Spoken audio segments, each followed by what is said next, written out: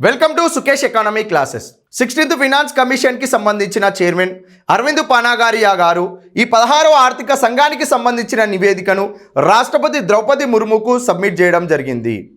మరి 16వ ఆర్థిక సంఘానికి సంబంధించిన నివేదికను రాబోయే 4 రోజుల్లో రాబోయే కేంద్ర బడ్జెట్లో భాగంగా అనగా యూనియన్ బడ్జెట్లో భాగంగా 2026 ఫిబ్రవరి 1వ తారీఖు నాడు యూనియన్ బడ్జెట్ ప్రవేశపెట్టే సమయంలో 16వ ఆర్థిక సంఘానికి సంబంధించిన నివేదికను కూడా పార్లమెంట్లో సమర్పించనున్నారు. మరి 16వ ఆర్థిక సంఘానికి సంబంధించిన సూచనలు 2026 ఏప్రిల్ 1వ తారీఖు నుంచి అమల్లోకి రానున్నాయి.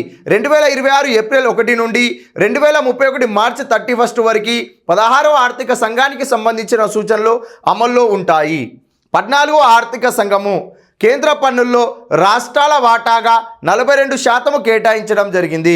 15వ ఆర్థిక సంఘము కేంద్ర పన్నుల్లో రాష్ట్రాల వాటాగా 41%, జమ్మూ కాశ్మీర్ అనే యూనియన్ టెరిటరీకి 1% అనగా 15వ ఆర్థిక సంఘం కూడా 42% వాటాను కేంద్ర పన్నుల్లో రాష్ట్రాలకు ఇవ్వడం జరిగింది.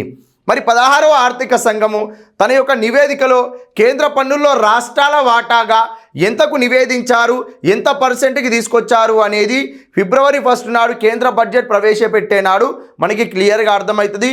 బడ్జెట్ ప్రవేశపెట్టిన రోజే ఈ 16వ ఆర్థిక సంఘానికి సంబంధించిన నివేదికకు సంబంధించిన పూర్తి వివరాలు కూడా మనము క్లాస్లో మాట్లాడుకోవడం జరుగుతుంది.